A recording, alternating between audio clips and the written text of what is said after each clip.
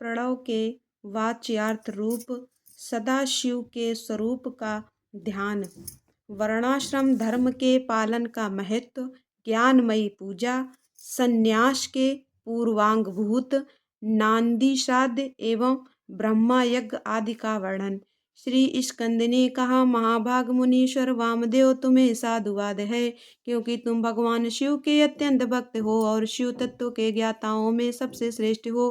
तीनों लोकों में कहीं कोई ऐसी वस्तु नहीं है जो तुम्हें ज्ञात न हो, तथापि तुम लोक पर अनुग्रह करने वाले हो, इसलिए तुम्हारे समक्ष इस विषय का वर्णन करूंगा।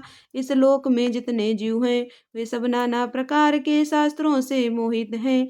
परमेश्वर की अति विचित्र माया ने उन्हें परमार्थ से वंचित कर दिया है। अतः प्रणव के वाच्यार्थ भूत साक्षात महेश्वर को वे नहीं जानते। वे महेश्वर ही सगुण निर्गुण तथा त्रिदेवों के जनक परब्रह्मा परमात्मा है। मैं अपना दाहिना हाथ उठाकर तुमसे शपथ पूर्वक कहता हूँ कि यह सत्य है, सत्य है, सत्य है। मैं बारंबार इस सत्य को दोहराता हूँ कि प्रणव के अर्थ साक्षात शिव ही है। श्रुतियों, स्मृति, शास्त्रों, पुराणों तथा आगमों में प्रधानतया उन्हीं को प्रणव का वाच्यार्थ अर्थ बताया गया है। जहाँ से मन सहित वाणी उस परमेश्वर को न पाकर लौट आती है, जिसके आनंद का अनुभव करने वाला पुरुष किसी से डरता नहीं। ब्रह्मा, विष्णु तथा इंद्र सहित ये संपूर्ण जगत भूतों और इंद्र समुदाय के साथ सर्वप्रथम जिससे प्रकट होता है, जो परमात्मा शिव स्वयं किसी से और कभी भी उत्पन्न नहीं होता, जिसके निकट विद्युत, सूर्य और चंद्रमा का प्रकाश काम नहीं देता तथा जिसके प्रकाश से ही ये संपूर्ण जगत सब ओर से प्रकाशित होता है, वह परब्रह्मा परमात्मा संपूर्ण ऐश्वर्य से संपन्न होने के कारण स्वयं ही सर्वेश्वर शिव नाम धारण करता है। हृदय आकाश के भीतर विराजमान जो भगवान शंभु मुमुक्ष पुरुषों के देह हैं, जो सर्वव्यापी प्रकाशात्मा भाष्य स्वरूप एवं निश्चिन्मय है, जिन परम पुरुष की पराशक्ति शिवा भक्ति भाव से सुलभ मनोहरा निर्गुण अपने गुणों से ही निगुण और निष्कल है, उन परमेश्वर के तीन रूप हैं, स्थूल, सूक्ष्म और इन दोनों से परे। मुने मुमुक्ष योगियों को नित्य क्रमशः उनके इन स्वरूपों का ध्यान करना चाहिए। वे शंभु, निष्कल, संपूर्ण देवताओं के सनातन आदिदेव, ज्ञान, क्रिया, स्वभाव एवं परमात्मा कहे जाते हैं। उन देवादिदेव साक्षात मूर्ति सदाशिव हैं। ईशान आदि 5 तंत्र उनके शरीर हैं। वे महादेव जी की पंचकला रूप हैं। उनकी अंग कांति शुद्ध स्फटिक के समान उज्ज्वल है। वे सदा प्रसन्न रहने वाले तथा शीतल आभास से युक्त हैं। उन प्रभु के 5 मुख, 10 भुजाएं और 15 नेत्र हैं। ईशान मंत्र का उनका मुकुट मंडित मस्तक है। तत्पुरुष मंत्र उन पुरातन प्रभु का मुख है। अघोर मंत्र हृदय है। वामदेव मंत्र गुहा प्रदेश है तथा सद्योजात मंत्र उनके पैर हैं। इस प्रकार वे पंचमंत्र रूप हैं। वे ही साक्षात साकार और निराकार परमात्मा हैं। सर्वगता आदि 6 शक्तियां उनके शरीर के 6 अंग हैं। वे शब्द आदि शक्तियों से स्फुरित हृदय कमल के द्वारा सुशोभित हैं। वाम भाग में मनोन्मनी नामक अपनी शक्ति से विभूषित हैं। अब मैं मंत्र आदि 6 प्रकार के अर्थों को प्रकट करने के लिए जो अर्थोपन्यास की पद्धति है, उसके द्वारा प्रणव के समष्टि और व्यष्टि संबंधी भावार्थ का वर्णन करूंगा। परंतु पहले उपदेश का क्रम बताना उचित है, इसलिए उसी को सुनो। मुने, इस मानव लोक में 4 वर्ण प्रसिद्ध हैं। उनमें से जो ब्राह्मण, क्षत्रिय और वैश्य ये 3 वर्ण हैं, उन्हीं का वैदिक आचार से संबंध है। त्रैवर्णिकों की सेवा ही जिनके लिए सारभूत धर्म है, उन शूद्रों का वेदाध्ययन में अधिकार नहीं है। यदि सब त्रैवर्णिक अपने अपने आश्रम धर्म के पालन में हार्दिक अनुराग हैं, साथ लगे हों, तो उनका ही श्रुतियों और स्मृतियों में प्रतिपादित धर्म अनुष्ठान में अधिकार है, दूसरे का कदापि नहीं। श्रुति और स्मृति में प्रतिपादित कर्म का अनुष्ठान करने वाला पुरुष अवश्य सिद्ध को प्राप्त होगा। यह बात वेदोक्त मार्ग को दिखाने वाले परमेश्वर ने स्वयं कही है। वर्ण धर्म और आश्रम धर्म के पालन जनित पुण्य से परमेश्वर का पूजन करके बहुत से श्रेष्ठ मुनि उनके सायुज्यकों को प्राप्त हो गए हैं। ब्रह्मचार्य के पालन से, ऋषियों की यज्ञ कर्मों के अनुष्ठान से, देवताओं की तथा संतानों उत्पादन से पितरों की तृप्ति होती है। ऐसा श्रुति ने कहा है। इस प्रकार ऋषि ऋण, देव ऋण तथा पितृ ऋण इन तीनों से मुक्त हो वानप्रस्थ आश्रम में प्रविष्ट होकर मनुष्य शीत उष्ण तथा सुख दुख आदि द्वंद्वों को सहन करते हुए जितेंद्रिय तपस्वी और मिताहारी हो यम नियम आदि योग का अभ्यास करें, जिससे बुद्धि निश्चल तथा अत्यंत दृढ़ हो जाए। इस प्रकार क्रमशः अभ्यास करके शुद्ध चित्त हुआ पुरुष संपूर्ण कर्मों का संन्यास कर दे। समस्त कर्मों का संन्यास करने के पश्चात ज्ञान के समादर में तत्पर रहे। ज्ञान के समादर को ही ज्ञानमयी पूजा कहते हैं। वह पूजा जीव की साक्षात शिव के साथ एकता का बोध कराकर जीवन जीवन मुक्ति रूप फल देने वाली है। यतियों के लिए इस पूजा को सर्वोत्तम तथा निर्दोष समझना चाहिए। महाप्राज्ञ, तुम पर स्नेह होने के कारण लोकानुग्रह की कामना से मैं उस पूजा की विधि बता रहा हूँ। सावधान होकर सुनो। साधक को चाहिए कि वह संपूर्ण शास्त्रों के तत्वार्थ के ज्ञाता, वेदांत ज्ञान के पारंगत तथा बुद्धिमानों में श्रेष्ठ आचार्य की शरण में जाएं। उत्तम बुद्धि से युक्त एवं चतुर साधक आचार्य के समीप जाकर विधि पूर्वक दंड प्रणाम आदि के द्वारा उन्हें यत्न पूर्वक संतुष्ट करें। फिर गुरु की आज्ञा लें। वह 12 दिनों तक केवल दूध पीकर रहे। तदनंतर शुक्ल पक्ष की चतुर्थी या दशमी को प्रातः काल विधिवत स्नान करके शुद्ध चित्त हुआ विद्वान साधक नित्य कर्म करके गुरु को बुलाकर शास्त्रोक्त विधि से नांदी श्राद्ध करे। नांदी श्राद्ध में विश्व देवों की संज्ञा सत्य और वसु बताई गई है। प्रथम देव श्राद्ध में नांदी मुख देवता ब्रह्मा, विष्णु और महेश कहे गए हैं। दूसरे ऋषि श्राद्ध में उन्हें ब्रह्मार्षि, देवर्षि तथा राजर्षि कहा गया है। तीसरे दिव्य श्राद्ध में उनकी वश, रुद्र और आदित्य संज्ञा बताई गई है। चौथे मनुष्य श्राद्ध में सनक आदि 4 मुनीश्वर ही नांदी मुख देवता हैं। पांचवें भूत श्राद्ध में 5 महाभूत, नेत्र आदि 11 इंद्रिय समूह तथा जरायुज आदि चतुर्विधि प्राणी समुदाय नांदी मुख माने गए हैं। छठे पितृ श्राद्ध में पिता, पितामह और प्रतिमा प्रपितामह ये तीनों नांदी मुख देवता हैं। सातवें मातृ श्राद्ध में माता, पितामही और प्रपितामही इन तीनों को नांदी मुख देवता बताया गया है। तथा 8वें आत्म श्राद्ध में आत्मा, पिता, पितामह और प्रपितामह ये 4 नांदी मुख देवता कहे गए हैं।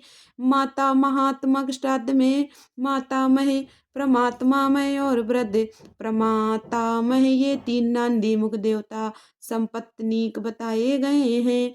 प्रत्येक श्राद्ध में 2-2 ब्राह्मण करके जितने ब्राह्मण आवश्यक हों उनको आमंत्रित करें और स्वयं यत्न पूर्वक आचमन करके पवित्र हो उन ब्राह्मणों के पैर धोएं। उस समय इस प्रकार कहें, जो समस्त संपत्ति की प्राप्ति में कारण आई हुई आपत्ति के समूह को नष्ट करने के लिए धूमकेतु अग्नि रूप तथा अपार संसार सागर में पार लगाने के लिए सेतु के समान है।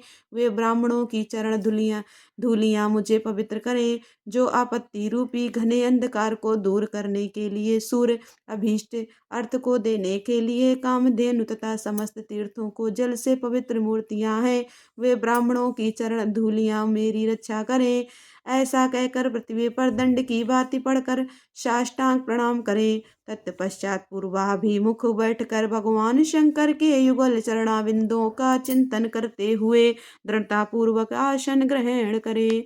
हाथ में पवित्री ले शुद्ध हो नूतन यज्ञोपवीत धारण कर 3 बार प्राणायाम करें। तदनंतर तिथि आदि का स्मरण करके इस तरह संकल्प करें, मेरे संन्यास का अंगभूत जो पहले विश्व देवों का पूजन, फिर देवादि अष्टविधि श्राद्ध तथा अंत में मातामह श्राद्ध है, उसे आप लोगों की आज्ञा लेकर मैं पार्वण की विधि से संपन्न करूंगा। ऐसा संकल्प करके आसन के लिए दक्षिण दिशा से आरंभ करके उत्तरोत्तर कुशों का त्याग करें। तत्पश्चात आचमन करके खड़ा हो वर्ण क्रम का आरंभ करें। अपने हाथ में पवित्री धारण करके 2 ब्राह्मणों के हाथों का स्पर्श करते हुए इस प्रकार कहें, विश्वे देवार्थ भवन्तो वृणे भवद्भ्याम नांदी, अर्थात विश्वेदावार्थ भवन्तो वृणे भवन्द्यां नांदी श्राद्धे क्षणा प्रसादनी। अर्थात हम विश्वदेव श्राद्ध के लिए आप दोनों का वरण करते हैं। आप दोनों नांदी श्राद्ध में अपना समय देने की कृपा करें। इतना सभी श्राद्धों के ब्राह्मणों के लिए कहें। सर्वत्र ब्राह्मण वर्णी की विधि का यही क्रम है। इस प्रकार वर्ण का कार्य पूरा करके 10 मंडलों का निर्माण करें। उत्तर से आरंभ करके 10 मंडलों का अक्षत से पूजन करके उनमें क्रमशः ब्राह्मणों को स्थापित करें। फिर उनके चरणों पर भी अक्षत आदि चढ़ाएं। तदनंतर संबोधन पूर्वक विश्वदेव आदि नामों का उच्चारण करें और कुश पुष्प अक्षत एवं जल से इदम वा पाद्यम कहकर पाद निवेदन करें। इस प्रकार पाद देकर स्वयं ही अपना पैर धो लें और उत्तराभिमुख हो आचमन करके एक एक श्राद्ध के लिए जो दो दो ब्राह्मण कल्पित हुए हैं उन सबको आसनों पर बिठाएं तथा यज्ञ कहें। विश्वे देव स्वरूपस्य ब्राह्मणस्य इदमासनम। विश्ववेदे स्वरूप ब्राह्मण के लिए यह आसन समर्पित है। यह कह कुशासन दे स्वयं में भी हाथ में कुश लेकर आसन पर स्थित हो जाएं। इसके बाद कहें अस्मिनानंदी मुख श्राद्धे विश्ववेदेवार्थे भवद्याम छड़ा क्रियताम निष्णांदी। मुख श्राद्ध में विश्वदेव के लिए आप दोनों क्षण समय प्रदान करें। तदनंतर प्राप्नुताम भवंतो आप दोनों ग्रहण करें। ऐसा कहें। फिर वे दोनों श्रेष्ठ ब्राह्मण इस प्रकार उत्तर दे प्राप्नुवाय प्राप्नुयाव हम दोनों ग्रहण करेंगे। इसके बाद यजमान उन श्रेष्ठ ब्राह्मणों से प्रार्थना करें मेरे मनोरथ की पूर्ति हो, संकल्प की सिद्धि हो। इसके लिए आप अनुग्रह करें। तत्पश्चात पद्धति के अनुसार अर्घ दें। पूजन कर शुद्ध केले के पत्ते आदि धोए हुए पात्रों में परिपक्व अन्न आदि भोज्य पदार्थों को परोस कर पृथक पृथक कुछ बिछा करे और स्वयं वहां जल छिड़क कर प्रत्येक पात्र पर आदर पूर्वक दोनों हाथ लगा पृथ्वी ते पात्रम इत्यादि मंत्र का पाठ करें। वहां स्थित हुए देवता आदि का चतुर्थ्यंत उच्चारण करके अक्षत सहित जल लें। स्वाहा बोलकर उनके लिए अन्न अर्पित करें और अंत में नामम इस वाक्य का उच्चारण करें। सर्वत्र माता आदि के लिए भी अन्न अर्पण अर्पण की यही विधि है। अंत में इस प्रकार प्रार्थना करें यत् पाद पद स्मरणाद यस्य नाम जपादति न्यूनं कर्म भवेत् पूर्णतम वंदे शाम्भवीश्वरम।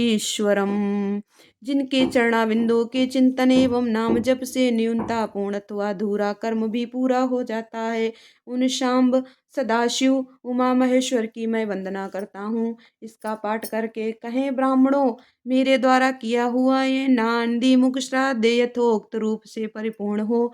यह आप कहे ऐसी प्रार्थना के साथ उन श्रेष्ठ ब्राह्मणों को प्रसन्न करके उनका आशीर्वाद ले और अपने हाथ में लिया हुआ जल छोड़ दें।